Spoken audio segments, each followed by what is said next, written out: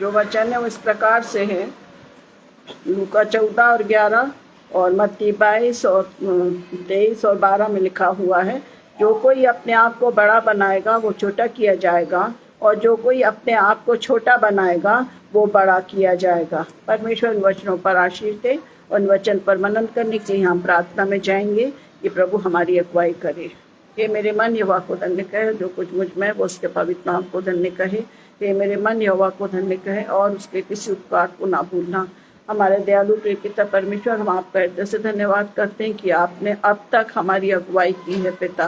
प्रातः से लेकर अभी तक आपने अपने प्रियों के द्वारा अपने वचनों को बांटा है पिता, और जब हम इस वचन पर मनन करना चाहते हैं, पवित्र आत्मा हमारी अगुवाई करें, ताकि हम आज के इस वचन के द्वारा जो आपने स्वयं इस बात को कहा है कि जो आपको अपने को बड़ा बनाएगा वो छोटा किया जाएगा, और जो छोटा होगा वो बड़ा किया जाएगा। हम धन्यवाद देते हैं प्रभु कि आप हमारे प्रेमी परमेश्वर हैं, न्यायी परमेश्वर हैं, और आप हमें सिखाते हैं कि हमें किस प्रकार का जीवन जीना है।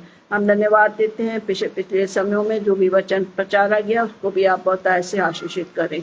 मैं अपने आप को और अपने हर एक प्रियों को जो स्पेस से जुड़े हैं आपके पवित्र सामर्थ्य हाथों में सौंपते हैं, विशेषकर हमारे आदरणीय पासवान के लिए, बहन शबनम के लिए, उनकी सेवाओं के लिए और उनके इस प्रेम के लिए कि उन्होंने ये समय मुझे दिया। प्रभु जी, सचमुच में हम इस संगति के द्वारा एक दूसरे के लिए बड़ी आशीष का कारण बनते हैं। तो प्रभु धन्यवाद के साथ हम सभी अपने आप को आपके हाथों में सौंपते हैं। प्रभु नेटवर्क सिस्टम को भी नियंत्रित रखें, ताकि जो वचन आज हम आपके द्वारा पवित्र आत्मा के द्वारा सीखना चाहते हैं उसमें हम अपने आप को रखने पाएं। विनती को सुने और दया से ग्रहण करें। आमीन। जब हम इन वचनों को पढ़ते हैं प्रियो, तो आज के समय में आज जो स्थिति चल रही है उस स्थिति में हम क्या करते हैं, हम बड़े ही बने रहना चाहते हैं। यीशु मसीह के द्वारा इस बात को कहा गया है कि जो कोई अपने आप को बड़ा बनाएगा वो छोटा किया जाएगा। ये साधारण सी बात है कि हमको बड़े बनने वाली कोई बात ही नहीं है, क्योंकि हम वचन को सीखते हैं और हमारे जीवन में मसीही जीवन है। तो वचन कहता है, वचन भी प्रभु यीशु मसीह इस बात को सिखाता है कि हमको नम्रता के साथ अपने जीवन को जीना है, और यदि हम नम्रता के साथ अपने जीवन को जिएंगे प्रियो, तो हम हमेशा अपने को छोटा ही पाएंगे। कौन सा छोटा? जो आशीषित होता है। बड़ापन यदि हम सांसारिक रीति से देखते हैं प्रियो, तो धन्य जो बड़ा है वो हम बड़े में ज़्यादातर हमारे दिमाग में आता है घमंड से भरा हुआ, और वास्तविकता है कि यदि हम सांसारिक जीवन जीते हैं और आत्मिक जीवन में हम अपने आप को देखते हैं, तो ये सच है कि वो बड़प्पन एक अलग होता है कि हम बड़े हैं, हम सबको माफ़ करते हैं, हम अच्छी संगति करते हैं, कोई हमारे साथ बुरा बोले, बुरा व्यवहार करे, पर भी हम उनसे प्रेम रखे रहते हैं, क्योंकि यीशु मसीह ने हमको सिखाया है। वो हमारा बड़प्पन है प्रियो। वो बड़प्पन है कि हम, वचन कहता है कि किसी तुम्हारे गाली सुनकर तुम उसको गाली ना दो। परंतु आज के सांसारिक युग में, आधुनिक युग में बड़ा मतलब सांसारिक धन दौलत है, एजुकेशन है, ये सब कुछ बड़ा है। पर आज ये वचन जो प्रभु यीशु मसीह के द्वारा मुझे और आपको दिया गया है, वो कहता है, स्पष्ट कहता है, प्रभु यीशु मसीह इस बात को कहते हैं कि जो कोई अपने आप को बड़ा बनाएगा वो छोटा किया जाएगा। कुछ वचनों के द्वारा हम इस बात को देखेंगे कि जो बड़ा बनता है वो छोटा हो जाता है, और जो छोटा होता है वो बड़ा बन जाता है। इस वचन को हम सीखेंगे, वचन पर थोड़ा समय मनन करेंगे जो भी हमारे पास समय है। और मैं धन्यवाद देती हूँ पास्टर साहब के लिए और बहन शबनम जी के लिए, जिन्होंने ये मौका मुझे दिया, क्योंकि ये मेरे लिए आशीषित समय है कि मैं आप लोग के साथ संगति करने पाती हूँ। तो जो भी समय हमारे पास है उसमें हम वचनों में सीखेंगे। सबसे पहली बात है, हमें प्रभु के सामने कैसे बनना है। साधारण सा प्रश्न है कि हम प्रभु के सामने हम कैसे बने। हम छोटे, हम प्रभु के सामने कुछ बन ही नहीं सकते। नम्रता का जितने हम दीन है, वचन मत्ती 5 में से कहते हैं, धन्य है वे जो मन के दीन है, क्योंकि उनके स्वर्ग का राज उन्हीं का है। क्योंकि मेरा और आपका प्रभु भी परमेश्वर का एक लौता पुत्र था, और उसने अपने आप को हमारे लिए दिया, और जब उसने अपने आप को दिया, हम सभी के लिए उसने उद्धार का मार्ग खोल दिया। इसलिए पहला हिस्सा जो है वो छोटे हैं वो बड़े होंगे, और जो बड़े हैं वो छोटे होंगे। इसलिए जरूरी है कि हम अपने आत्मिक जीवन में इस बात को देखें। वचनों से हम कुछ बातों को देखेंगे कि हम किस प्रकार से छोटे और बड़े की बात वचन हमें सिखाता है। हम प्रभु के सामने कैसे रहें, कैसे हैं, आज इन वचनों के द्वारा हम अपने आप को जांचेंगे कि हम किस प्रकार से हैं, बड़े हैं या छोटे हैं, या हम अपने प्रियों के लिए किस प्रकार का जीवन, हम अपने समाज के लिए किस प्रकार का जीवन हम जी रहे हैं। इसके लिए मैं बताऊंगी, इसकी तीन पॉइंट्स हैं जिस पर हम मनन करेंगे। पहला ये है कि हम इन बातों को देखेंगे कि जिन्होंने अपने को बड़ा बनाया उसको किस प्रकार से परमेश्वर ने अपनी योजनाओं के तहत अपने काम में लिया। पहली बात हम देखते हैं उनका घमंड टूट नहीं पाया, उन्होंने अपने आप को ऊंचा समझा, परंतु परमेश्वर ने, जैसा वचन कह रहा है कि यदि जो बड़ा है वो क्या है, छोटा किया जाएगा। इसके लिए हम सबसे पहली बात देखते हैं लूसीफर के लिए, जो सबसे सुंदर स्वर्गदूत था, जिसका वर्णन हमको यहेजकेल की किताब 28 और 1 से 26 में मिलता है। यह चमकने वाले तारे तू क्यों नहीं गिराया गया। हम सब जानते हैं कि वो परमेश्वर का जो स्वर्ग का था, स्वर्गदूत था लूसीफर, वो सबसे ज्यादा बुद्धिमान और अच्छा था, और उसकी इसी बात का घमंड आ गया और उसने अपने को परमेश्वर के तुल्य सोचने समझने की गलती की। हम देखते हैं कि उसको नीचे गिरा दिया गया। वो बड़ा था, अच्छा था, परमेश्वर की संगति में, अपने पिता की संगति में रहता था, सब कुछ अच्छा था, पर उसको घमंड आया और उस घमंड के कारण वो पृथ्वी पर गिरा दिया गया। और हम इस बात को जानते हैं कि किस प्रकार से परमेश्वर अद्भुत तरीके से काम करता है। क्षमा भी मांग सकता था ना, परंतु उसने वो गलती की जो क्षमा के लायक नहीं था और वो पृथ्वी पर गिरा दिया गया। इसके साथ ही हम देखते हैं फिरौन का जीवन हम सब जानते, छोटी छोटी बातों को, छोटे छोटे जो हमको हमेशा बचपन से याद रहते हैं उनको मैं रखना चाहती हूँ कि फिरौन भी कैसा था, कठोर हृदय का था। यूसुफ के समय से हम देखते हैं किस प्रकार से उसने सब अच्छा हुआ, और उसके बाद जब फिरौन राजा बना तब उसने किस प्रकार से लोगों को सताना शुरू किया। और हम देखते हैं कि किस प्रकार से 10 विपत्तियां उन पर डाली गई। पूरी नदी का जो समुद्र तालाब, उसका जो पानी था वो खून के समान हो गया, फिर मेंढक गिरने लगे। हम 10 विपत्तियों के विषय में हम जानते हैं, पर देखिए उन सब के कारण उसका मन कठोर, कवि वचन में लिखा है कि उसका मन कठोर हो गया। जब उसने इन सबको देखा उसने कुछ नहीं, सब उसका मन कठोर हो गया। और जब हर प्रकार से, जैसे घरों में मेंढक का घुसना, ये सारी चीजें, परंतु हम देखते हैं कि जब आखिरी जो विपत्ति उसके पर आई, जो एक बैलोठे की थी, तब उसने क्या किया, तब उसने इस्राएलियों को जाने दिया। उसके बाद भी उसका मन नहीं भरा। जब वो जाने थे तो उन्होंने फिर अपने सिपाहियों को भेजा कि देखो वो कहाँ तक गए हैं।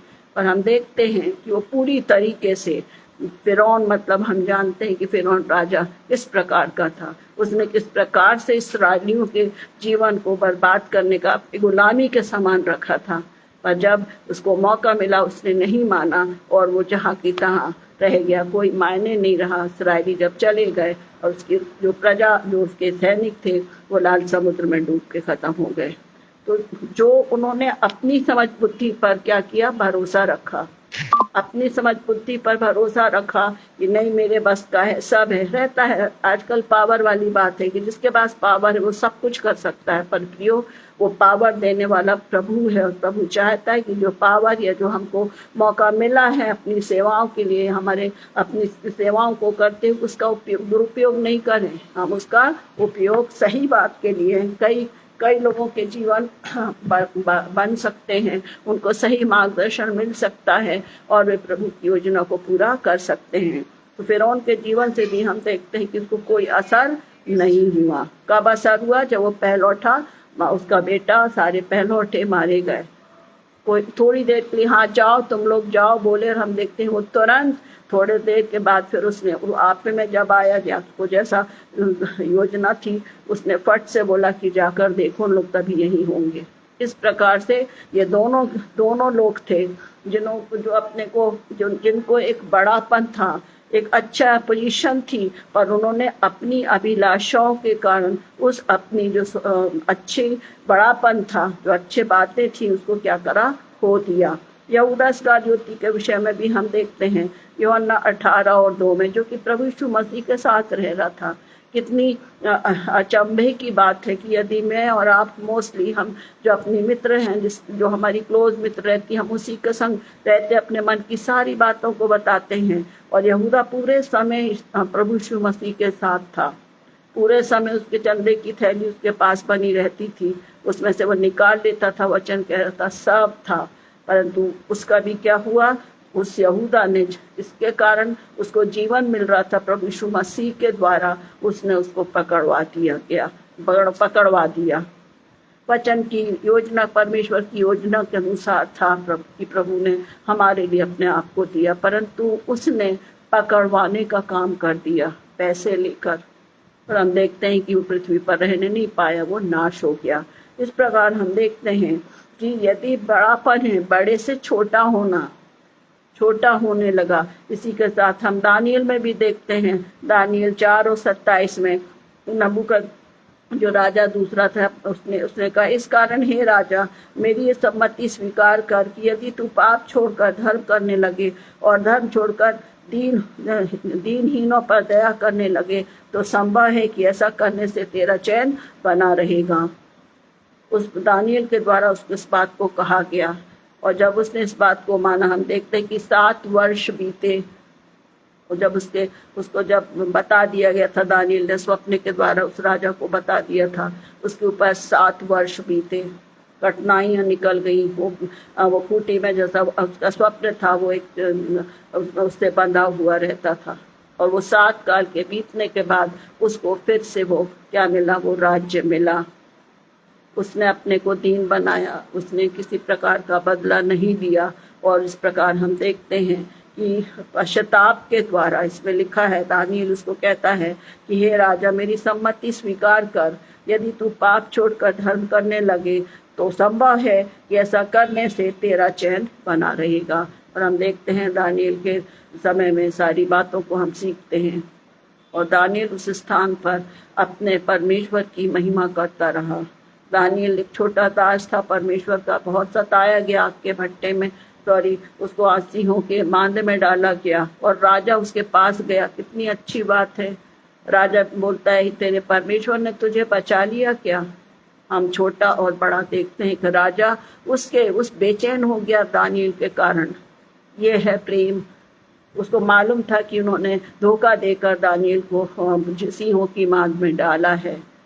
और हम जब उस वचन को पढ़ते हैं तो लगता है कि राजा रात भर नहीं सोया, वो बेचैन रहा, और सुबह ही वो कहाँ पहुंचा, उस स्थान पर पहुंचा। और उसने कहा कि क्या तेरे स्वर्गीय पिता ने तुझे बचा लिया। और दानियल उसको कहता है कि हाँ, मेरे परमेश्वर ने सिंहों के मुंह को बंद करके मुझे बचा लिया। वो दीन था, राजा भी इस बात को जानता था और उसको विश्वास था, इसलिए वो उस स्थान पर चला गया। अब दूसरा हिस्सा हम देखेंगे, छोटे से बड़ा होना। अभी हमने देखा है कि हम किसी प्रकार के फिरौन का जीवन है, लूसीफर का जीवन है, यहूदा का जीवन है, नबूकदनेस्सर जिसके विषय में हमने दानियल 4:19 से जो अभी हमने पढ़ा है, नबूकदनेस्सर के विषय में हमने देखा। इन सब ने जो बड़े थे वो सब किए क्या हो गए, छोटे किए गए, वो गिर गए। उन्होंने अपने आप को गिराया, किसी ने नहीं गिराया। इसलिए नम्रता, घमंड जो होती है तो वो सब समाप्त करना है, क्योंकि घमंड के कारण ही लूसीफर नीचे गिराया गया। तो प्रियो, इन बातों के द्वारा हम अपने आप को जांचें कि आज यदि प्रभु ने हमें अच्छा रखा है। आजकल ज़्यादातर स्टेटस की बात होती है कि इनके पास क्या है क्या नहीं है। प्रियो, ये चीज़ें आज हैं, कल समाप्त हो जाएंगी, परंतु मेरे और आपके जीवन में परमेश्वर का प्रेम दिखाई देना चाहिए। समय निकट है, धन दौलत है, पर जुबान से खराब, जुबान से अच्छे नहीं है तो कोई भी पसंद नहीं करता। हमारे आत्मिक जीवन में बहुत सी कठिनाइयां आ रही हैं, हम देख रहे हैं, और जब आती हैं तो हम सोचते हैं, अरे प्रभु जी हमें क्या मिल रहा है, सताव ही सताव है। पर वचन कहता है, जिन्होंने प्रभु के लिए अपने आप को दिया, उन्होंने स्वर्ग उस स्थान को पा लिया।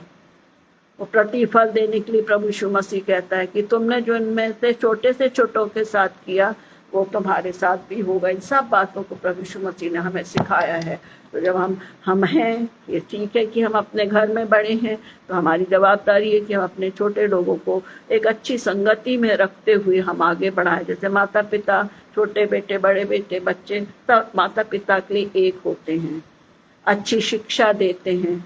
और यदि बड़ा बेटा ये सोच ले कि मैं तो बड़ा हूँ, होता है आजकल बहुत है कि आपने उसके लिए किया, हमारे लिए नहीं किया, और ये छोटी छोटी बातें बच्चों को उस अंधेरी की ओर ढकेल देती हैं जो उनके मन में आती हैं। आज हमारे परिवार में हमारे बच्चे हैं, हमको एक मन के साथ एक नज़र से उन बच्चों को देखना है, आत्मिक संगति में बढ़ाना है। हमारे अपने मित्र हैं, हमारे प्रिय हैं, एक संगति में उनको बढ़ाना है। यदि वे निराश हैं, उस निराशा से हटाकर उनको उस जीवित आशा की ओर लाना है। छोटे से बड़े से छोटा हमने देखा है, छोटे से बड़ा बनना भी है। यदि तुम किसी भूखे को एक रोटी खिलाते हो, प्रभु यीशु मसीह ने इस बात को बताया है, जो अच्छे काम है उनको वो धन्य कहता है। कोई राजा वाजा की बात नहीं होती, पर हमारे व्यक्तिगत जीवन, हम मसीह जीवन जब जी रहे प्रियो, तो हमको बड़े और छोटे, यदि हम बड़े हैं तो हम अपने बच्चों, हमारे लोगों के संग, हमारे प्रियों के संग हमारा व्यवहार ऐसा होना चाहिए जो गवाही का कारण हो। जैसे कई बार ऐसा होता है कि हमारे बड़ी बहन, हम उनसे सीखते हैं, हमारे बड़े भाई हैं, हम उनसे सीखते हैं किस प्रकार से वो हमारा परिवारों का संचालन करते हैं। आत्मिक संगति में भी यही है। जरूरी नहीं है कि बुजुर्ग वचन देंगे तो ही है, नहीं। आज छोटे से जवान छोटे बच्चों को सिखाया जाता है, बहुत अच्छा लगता है जब हमारे बच्चे समर क्लासेस में प्रोग्राम करते हैं और बताते हैं, बहुत सुंदर ढंग से बताते हैं, जो कुछ लोगों को वो भी ना मालूम हो, पर वे धन्य हैं क्योंकि वे उस संगति में बढ़ रहे हैं कि अभी बचपन से वो प्रभु के वचन को मान रहे हैं, सीख रहे हैं, समझ रहे हैं। वे छोटे हैं परंतु स्वर्ग के राज में प्रभु यीशु मसीह कहता ना है कि छोटे बालकों को मेरे पास आने दो, उन्हें मना मत करो क्योंकि स्वर्ग का राज उन्हीं का है। मतलब हमें एक बालकों के समान अपने जीवन को जीना है। तो दूसरा भाग हम देखेंगे, छोटे से बड़ा बनना। छोटे से बड़ा बनना, हमने देखा कि पहले समय हमने देखा था कि जो बड़े थे सांसारिक रीति से, उनने परमेश्वर पर भरोसा नहीं रखा, अपनी समझदारी का, अपने धन दौलत का उन्होंने भरोसा रखा और वे बर्बाद हो गए, उनको मौका नहीं मिला। तो हम दूसरी बात देखेंगे कि जो परमेश्वर से प्रेम रखने वाले हैं, कुछ वचनों को हम देखेंगे कि किस प्रकार से जो छोटे हैं वो प्रभु के द्वारा, उसकी योजना के द्वारा बनाए गए। हाँ प्रियो, हम इस बात को देखते हैं यूसुफ के लिए जो सबसे छोटा था, उनके भाइयों ने उसको के पिता को बोल दिया कि वो तो खत्म हो गया, उसको कुएं में डाला गया। देखिए परमेश्वर की योजना थी, उसको कुएं में से निकाला, फिर दूसरे लोगों को बेच दिया, और किस प्रकार से वो उन कठिनाइयों में से होता वो फिर उस स्थान का राजा बन गया। जो उस स्थान पर वो प्रधानमंत्री बन गया, उसके हाथों में पूरी बात दे दी गई। राजा खुश था उससे, जो भी वो काम करता था सबसे छोटा था, और भाइयों ने उसको क्या करा, हटा दिया कि हाँ, क्योंकि इसका पिता उससे सबसे ज्यादा प्यार करता था। हमारा प्रभु हर एक से प्यार करता है, हमारे पाप में जीवन में भी वो हमसे प्यार करता, वो तो हमको कहीं नहीं छोड़ता, हमको मौके देता है, पश्चाताप करने का मौका देता है। वचन के द्वारा हमारे को हमेशा समय मौका मिलता है कि हम उसके निकट आएं। परंतु यूसुफ के जीवन में हम देखते हैं कि वो अपने ही परिवार को बचाने वाला बन गया। और हम पढ़ते हैं उत्पत्ति 45 और 8 में कि जब उसके भाई आए, जब फिर उसने बोला नहीं, छोटे भाई को, बिन्यामीन को भी, भाई को लेकर आओ, पर वो भाई उसको नहीं पहचान पाए जिन्होंने उसको बेच दिया था। परंतु वचन कहता है उत्पत्ति 45:8 में, यूसुफ स्वयं को अपने भाइयों पर इस रीति से प्रकट करना चाह रहा था। उसने धीरे से प्रकट किया, एकदम ये नहीं बोल दिया। पहले बोला इसको लेकर आओ, छोटे भाई को लेकर आओ, फिर उसने बोला पिता को लेकर आओ, और फिर वचन कहता है इस रीति से आप मुझको यहाँ पर भेजने वाले तुम नहीं। इतनी सारी विपत्तियां हो गई, उसके बाद वो किसी से लड़ा नहीं प्रियो, किसी को कुछ किया। देखो एक जब वो आए तब वो पहचान गया, उसके भाइयों ने नहीं पहचाना, इवन के कर्मचारियों ने ये बोला कि इसकी बोली इनकी बोली समान सी है, परंतु उनके भाइयों ने उसको नहीं पहचाना क्योंकि उनकी दृष्टि में वो खत्म हो चुका था। परंतु परमेश्वर इस बात को, इसके द्वारा हम सीखते हैं कि वो छोटा भाई, सबसे छोटा भाई, उन सब के परिवार का क्या बन गया, संभालने वाला बन गया। और इस प्रकार से वचन लिखा है, इस रीति से अब मुझको यहाँ पर भेजने वाले तुम नहीं, परमेश्वर ही ठहरा। हम बोलते हैं ना कि जो कुछ करता है परमेश्वर करता है। कई बात ऐसा होता है जो चीज़ें हमें पसंद नहीं है वो ही हमारे सामने आती हैं, परंतु हम इस बात को समझते हैं। मेरे संग कई अनुभव हुए कि मैं जब नहीं चाहती थी तब वो स्थिति फिर बाद में बोला, मैंने इस बात को बोला कि सच बात है कि जो जो यहोवा की योजना रहती है उसके अनुसार ही हम अपने जीवन को बनाते हैं। वो उसी और हमको मोड़ने ले चलता है, उसी तरफ वो हमारा मार्गदर्शन करता है। इसलिए वो कहता है यहाँ पर भेजने वाले तुम नहीं, परमेश्वर ही ठहरा। कोई गिले शिकवे नहीं किया उसने। कितनी सुंदर बात है। सबसे छोटा भाई सबको बढ़ाने वाला या सबको उस कठिनाई में संभालने वाला हो गया। और उसी ने मुझे फिरौन का सा पिता और सारे मिस्र देश का प्रभु ठहराया। उसने अपने कहा उसी ने मुझे फिरौन का सा पिता दिया। उसका पूरा विश्वास करता था। फिर उन्होंने अपने पूरी तरीके से उसको सारी छूट दी थी। हम देखते हैं, वचन पढ़ते हैं।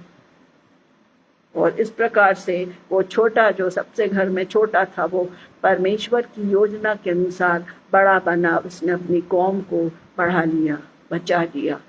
इसके साथ ही हम देखते हैं शमूएल नबी की किताब और उसका दूसरे 8 में लिखा है, हन्ना की प्रार्थना के विषय में हम यहाँ देखते हैं। उसकी जो पनिन्ना थी वो कितने उसको सताती थी, परेशान करती थी, उसको बकती थी, पर वो कुछ नहीं बोलती। पर हम देखते हैं कि जब वो मंदिर को गई, यरूशलेम में जब वो मंदिर पे प्रार्थना करने के लिए गई, तब वो अपने पुकार को प्रभु के सामने दीनहीन होकर बोलती है। और यहाँ लिखा हुआ है, हन्ना की प्रार्थना इस प्रकार थी। पहला शमूएल 2:7-8 में, यहोवा निर्धन करता है और धनी भी बनाता है, वो नीचा करता है और ऊंचा भी करता है। वो कंगाल को धूलि से उठाता और दलित को भूरे में से निकाल कर खड़ा करता है, ताकि उनको अधिपतियों के संग बिठाए और महिमायुक्त सिंहासन का अधिकारी बना दे। हम देखते छोटे शमूएल बालक के विषय में, और किस प्रकार से परमेश्वर ने शमूएल को अपने योजनाओं के लिए काम में लाया। उस छोटे बालक को उसने समर्पित किया। उसने ये नहीं बोली कि अब मुझे मिल गया बस, उसने उसी समय अपनी प्रतिज्ञा को पूरा किया नम्रता के साथ। और जब वो बालक छोटा ही था तब से परमेश्वर उससे बातचीत करता था। उसने पुकारा, उसने इन्हीं ने बोला, अब बोले तो बोला, कह तेरा दास सुनता है। काश हम सबके मन इस प्रकार से खुले प्रियो कि हम उसकी आवाज़ को सुने। कठिन समय है, हम नहीं समझ पा रहे हैं, और यदि हम वचन की संगति में हैं, हम नम्रता के साथ उसके निकट आएंगे, खाली करेंगे, प्रभु अपनी योजना को, अपने कार्यों को करेगा। हम जानते हैं कि आज के समय में बहुत कठिनाइयां हैं, और इसलिए भी जानते हैं कि सब कुछ हमें वचन में बताया गया है।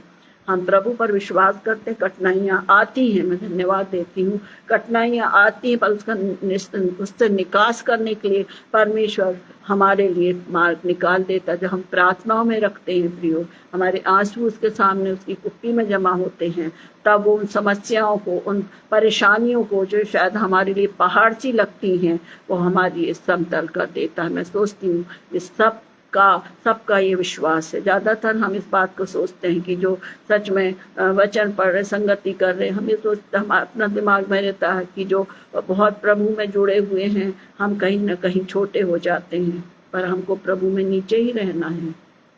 हम किसी का आंकलन नहीं कर सकते आत्मिक जीवन के प्रति प्रियो, कि वो बहुत वचन संगति बहुत अच्छी बात है, उन बातों को पहना नहीं चाहूंगी मैं। परंतु यदि हम प्रभु में हैं, नम्रता दीनता के साथ हम बढ़ेंगे, तो हमारा जीवन प्रभु को समर्पित होगा। और जिस योजना से उसने हमको रखा है, उस योजना को वो पूरा करेगा। हम शिमशोन के जीवन के लिए देखते हैं, वो नाज़ीर था, उसके माता पिता को दिया गया था उसकी योजना के अनुसार। और जब उसके पूरे वर्णन को पढ़ते हैं तो हुआ क्या कि उसकी आंखें फोड़ दी गई, परंतु उसके बावजूद उसने सिर्फ एक खंबे को पर टिका कर उसने पूरे एक बार में करीब 3 से उसकी संख्या में भूल रही हूँ, उतने लोगों को उसने मार डाला। योजना थी प्रभु की, योजना थी प्रभु की। छोटे और बड़े परमेश्वर चुनता है। यदि हम घमंड से भरे हैं तो वो तोड़ेगा हमको, यदि हम नम्र हैं तो वो हमको सामर्थ्य देगा, क्योंकि कभी कभी जरूरत से ज्यादा नम्र बनने से भी आज के समय में कठिनाई होती है। और धन्यवाद हो प्रभु का कि प्रभु हमें इस बात को बताता है। हम बहुत बातें सुनते हैं, बहुत बातें हमारे प्रिय लोग सुनते हैं, मैं विश्वास करती हूँ आप लोग जब इतनी सेमिनरी की क्लासेस हैं सब हैं, कोई भी एप्रिसिएशन के बदले कोई ना कोई गलती निकालता है। पर परमेश्वर का धन्यवाद हो कि उन गलतियों के द्वारा आप लोग और भी स्ट्रॉन्ग होते जाएंगे। मैं सच में धन्यवाद देती हूँ पास्टर साहब और बहन का। एक बड़ी मुस्तैदी के साथ कठिनाइयाँ हैं वो कठिनाइयों का पता ही नहीं चलता, क्योंकि हम प्रभु में समर्पित होते हैं। हम बड़े नहीं बनते, हम क्या होते हैं, नम्र हो जाते, क्योंकि हम जानते हैं कि प्रभु ने जब जो काम दिया है हम किसी घमंड से या किसी से नहीं, हम घमंड करें तो सिर्फ प्रभु पर करें, और इस विश्वास के द्वारा नम्रता के साथ हम उसके निकट बढ़ते हैं। तो वचन कहता है कि नम्र बनो तो वो तुम्हें शिरोमणि बनाएगा। भजन संहिता 75 और 7 भी ये कहता है, परंतु परमेश्वरी न्यायी है, वो एक को घटाता और दूसरे को बढ़ाता भी है।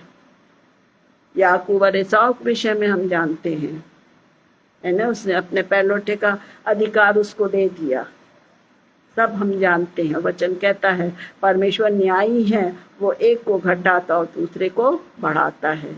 वो मन को देखने वाला है, उसकी योजनाओं को हम नहीं समझ पाते प्रियो, और जब हम समर्पित होते हैं हम उसकी योजना हम खुद ही नहीं समझ पाते कि कब हमने उसके लिए काम कर लिया। इन वचनों के द्वारा प्रभु हमारी अगुवाई करे, और जैसा दानियल 2 और 21 में भी लिखा है, समयों और ऋतुओं को वही बदलता है, राजाओं का अस्त और उदय भी वही करता है। हम सीख रहे हैं बड़े से छोटा होना और छोटे से बड़ा होना। कुछ और पॉइंट्स हैं जिन पर मनन करके हम समाप्त करेंगे। अपने लोगों के द्वारा, अपने संतों के द्वारा, अपने लोगों के द्वारा भी वो हमको क्या करता है, हमारी मदद करता है कि यदि हम निराशा में हैं वो हमको जीवित आशा देता है, यदि हम घमंड में हैं तो अपने दासों के द्वारा, अपने लोगों के द्वारा सिखाता है कि हम नम्र हो जाएं। हम देखेंगे भजन संहिता 91 और 14 में लिखा है, उसने जो मुझसे स्नेह किया है इसलिए मैं उसको छुड़ाऊंगा, मैं उसको ऊंचे स्थान पर रखूंगा, क्योंकि उसने मेरे नाम को जान लिया है। अपने भजन में दाऊद राजा कहता है कि उसने जो मुझसे स्नेह किया है। दाऊद राजा के विषय में हम सब जानते हैं, और सबसे ज्यादा उसने क्या किया, इन गीतों को लिखा है, परमेश्वर की महिमा का वर्णन किया है। उसके विषय में हम जानते हैं किस स्थिति में वो था, पर परमेश्वर ने उसको मौका दिया, और वो भजनों के द्वारा हमें याद दिलाता है, उसने जो मुझसे स्नेह किया इसलिए मैं उसको छुड़ाऊंगा।